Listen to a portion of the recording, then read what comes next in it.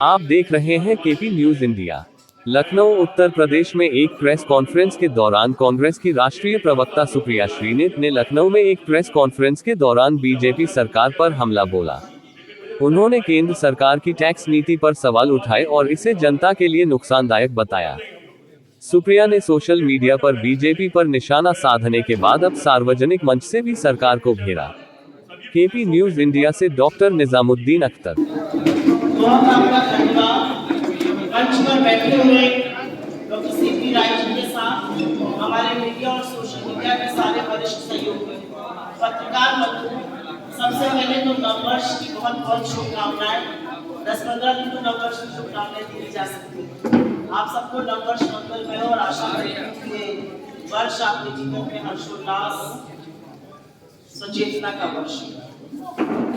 ये एक विशेष प्रेस वार्ता है जो हम लोग 12 शहरों में 12 वर्ष प्रवक्ता आज कर रहे हैं। अगर पीछे थोड़ी सी शांति हो जाएगी तो मजा आएगा। 12 वर्ष प्रवक्ता आज 12 ये प्रेस कॉन्फ्रेंस कर रहे हैं।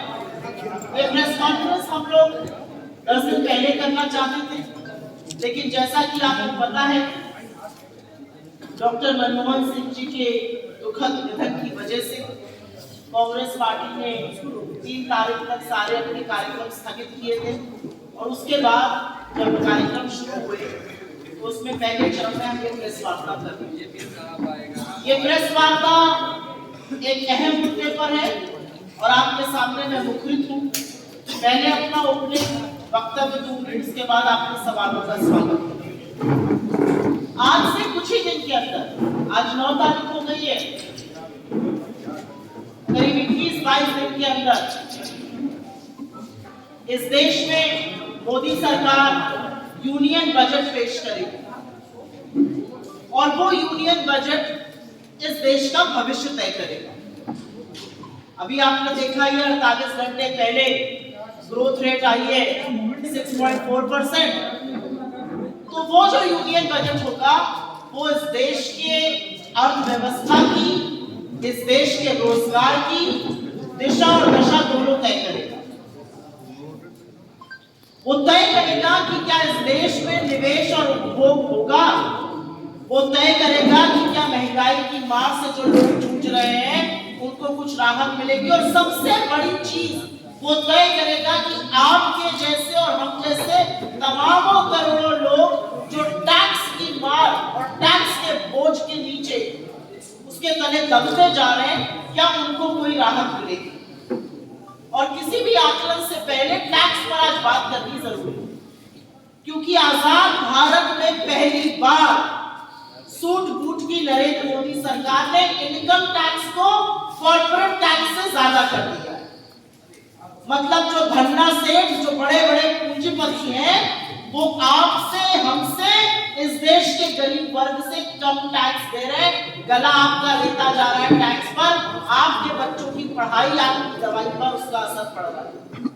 लेकिन टैक्स की चर्चा हो तो शुरुआत तो गब्बर सिंह टैक्स से ही करनी पड़ेगी। छुट्टियों का माहौल था, आप लोग भी गए अपने सिनेमा देखने। हो सकता है 2 बच्चों के साथ गए हो। लड़के ने कहा हो मैं नमक वाला पॉपकॉर्न खाऊंगा, बच्ची ने कहा हो कि मैं तो सॉल्ट कैरेमल खाऊंगी। हो सकता है धर्मपत्नी ने कह दिया हो मैं तो मिक्स खाऊंगी। अब वही अड़चन आ गई, जीएसटी कौन सा लगेगा, 5 लगेगा, 12 लगेगा, 18 लगेगा। ये गुत्थी सुलझाने में पूरा देश उलझा हुआ है। और इसीलिए गब्बर सिंह टैक्स की बात करनी है, क्योंकि जीएसटी एक इनडायरेक्ट टैक्स है। आपकी पॉकेट में 5,000 रुपए है, आपकी पॉकेट में 500 रुपए है, आपकी पॉकेट में 50 लाख रुपए है, सरकार को कोई फर्क नहीं पड़ता।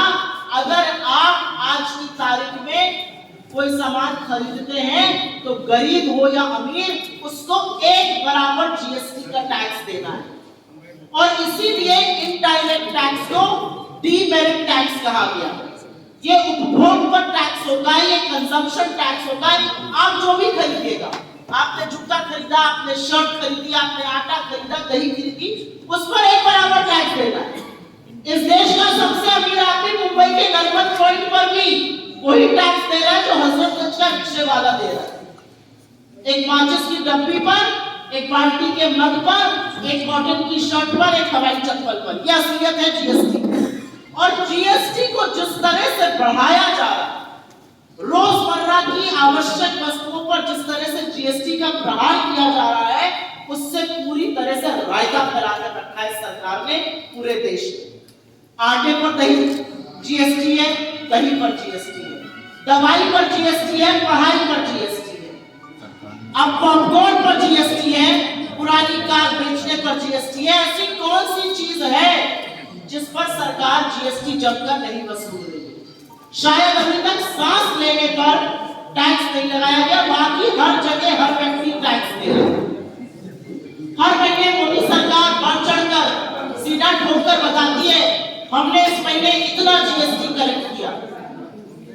ये उपलब्धि नहीं है आपकी, ये आपकी विफलता है, क्योंकि इतना जीएसटी कलेक्ट करने का मतलब है आपने गरीब आदमी को और फेंका, उसका गला और दबाया, उसका गला और घोटा, उससे पैसा और टैक्स और वसूला। क्योंकि 64% जीएसटी का कलेक्शन इस देश की निचली 50% आबादी से आ रहा है। जो निचली 50% आबादी है, आर्थिक स्तर पर अगर इस देश को दो भागों में डिवाइड कर दीजिए, जो बॉटम 50% है वो 64% जीएसटी का अदा कर रहा है। तो टैक्स की जो भरमार है, टैक्स का जो बोझ है, टैक्स का जो भार है, वो गरीब आदमी पर, मध्यम वर्ग पर, निम्न मध्यम वर्ग पर, आपके जैसे सैलरी क्लास पर, छोटे लघु मध्यम उद्योगों पर सबसे ज्यादा है। जो शीर्ष 10% है, जो सबसे धन्ना सेठ है इस देश के 10%, वो 3% कलेक्शन दे रहे हैं। हम आप और सब लोग मिलकर 64% कलेक्शन करें, गरीब आदमी पर उसकी मार और भी ज्यादा है। और इसी का नतीजा है कि आज मध्यम वर्ग और गरीब व्यक्ति अपनी रोजमर्रा की जरूरत की चीजों पर कटौती कर रहा है खर्च।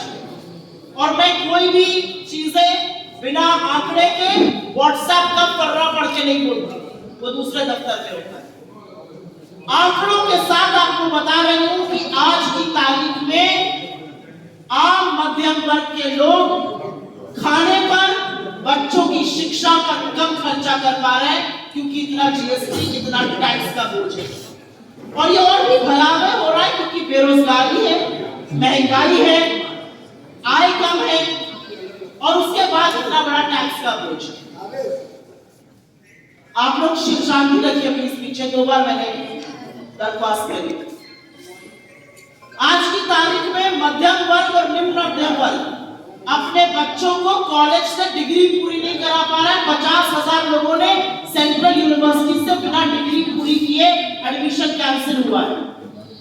37 लाख इस देश के बच्चे सेकेंडरी स्कूल में एडमिशन लिखा नहीं पाए हैं, क्योंकि उनके माता पिता के पास इतना पैसा नहीं कि उनको आगे पढ़ाया जाए।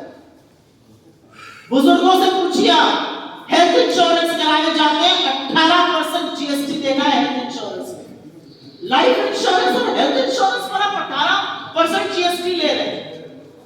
अभी 2 दिन पहले मैं एफएमसीजी की रिपोर्ट देख रही थी, यही कंपनियां जो साबुन, तेल, शैम्पू वगैरह बनाती है। इन्होंने कहा अब बड़े पैकेट का सामान बिक ही नहीं रहा है। जैसे मूंग दाल की दाल मोट पहले इतनी बड़ी आती थी, फिर इतनी हुई, अब इतनी बड़ी बिकने लगी 5-5 रुपए की।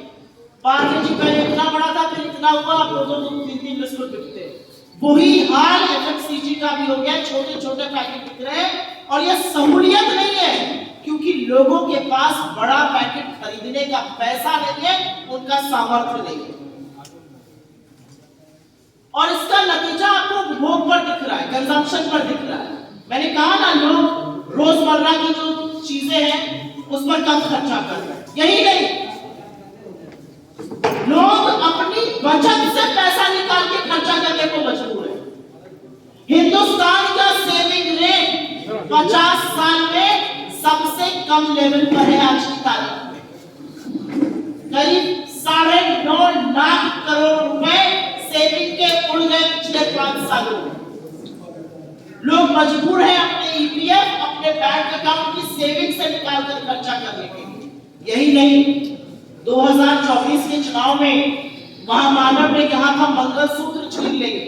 ये क्या पता था अपनी ही बात कर रहे हैं, क्योंकि गोल्ड लोन लेने वालों की संख्या में 50% की वृद्धि पिछले 9 महीने में हुई है और लोन लेकर ना चुकाने वालों की संख्या 30% से ज्यादा बढ़ी है। ये असलियत है आज इस देश की।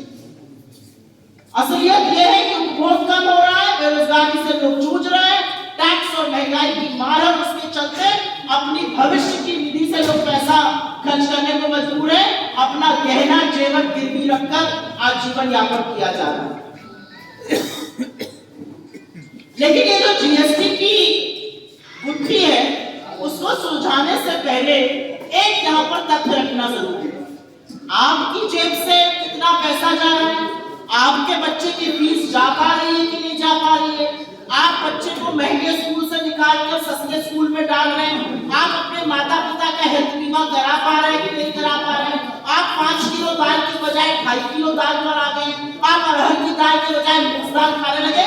सरकार को इससे कोई फर्क नहीं पड़ता है, आपकी व्यथा से उनको कोई फर्क नहीं पड़ता है, लेकिन धन्ना सेठों की व्यथा से उनको बहुत फर्क पड़ता है। और इसलिए कॉर्पोरेट टैक्स काटकर इस सरकार ने एक बार में 4.5 लाख करोड़ रुपए का फायदा इस देश के पूंजीपतियों को कराया था। आप 30% इनकम टैक्स दे रहे हैं, 22% कॉर्पोरेट टैक्स है। लेकिन जीएसटी की गुत्थी के बारे में मैंने बात करी थी, मुझे लगता है ये वो भूलभुलैया है, ये वो पहेली है जो हमारे जैसे मानवों से सुलझेगी नहीं, ये मानव जाति से सुलझने वाली नहीं।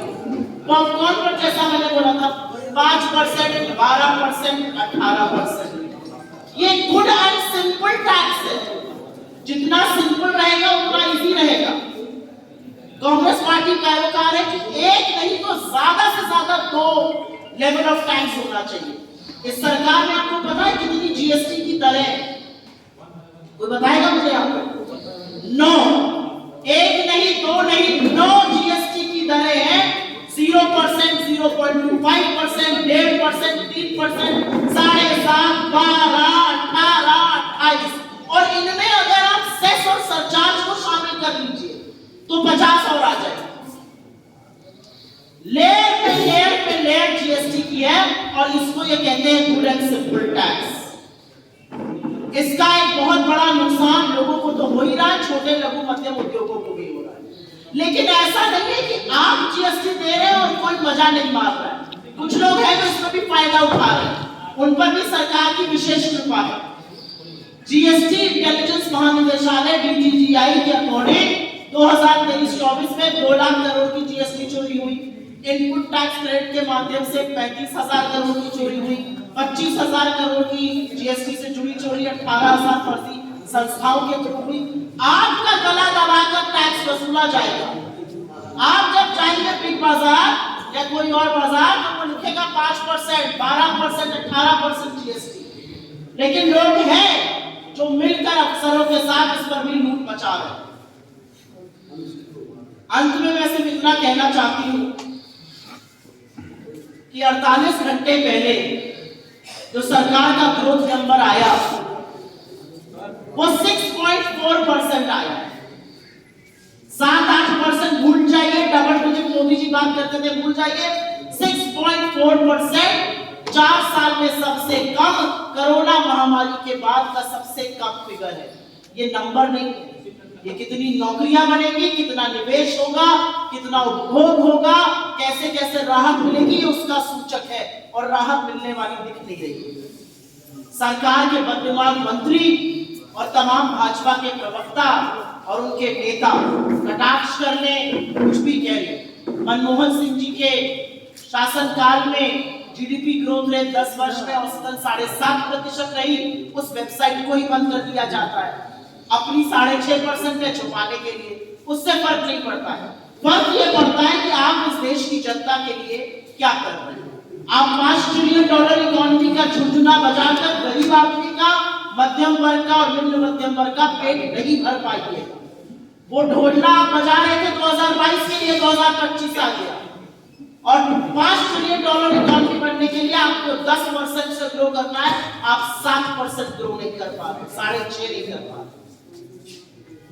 आपको इन सब चीजों से कुछ अधभक्तों की, कुछ चरण चुंबकों की खूब तालियां मिल सकती है, लेकिन ये समाधान नहीं। समाधान कैसे होगा? जब सरकार समस्या समझेगी, समस्या को स्वीकारेगी जो नहीं हो रहा है। अंत में इस मंच से हमारी मांग है कि भीषण बेरोजगारी, भयावह महंगाई, कम आय से जूझ रहे इस देश को टैक्स की राहत ये बजट दे, जीएसटी की दरें कम की जाए, जरूरी रोजमर्रा की जिंदगी के सामान से जीएसटी को हटाया जाए, आवश्यक वस्तु एसेंशियल आइटम्स और हेल्थ बीमा जैसी चीजों को जीएसटी से मुक्त किया जाए।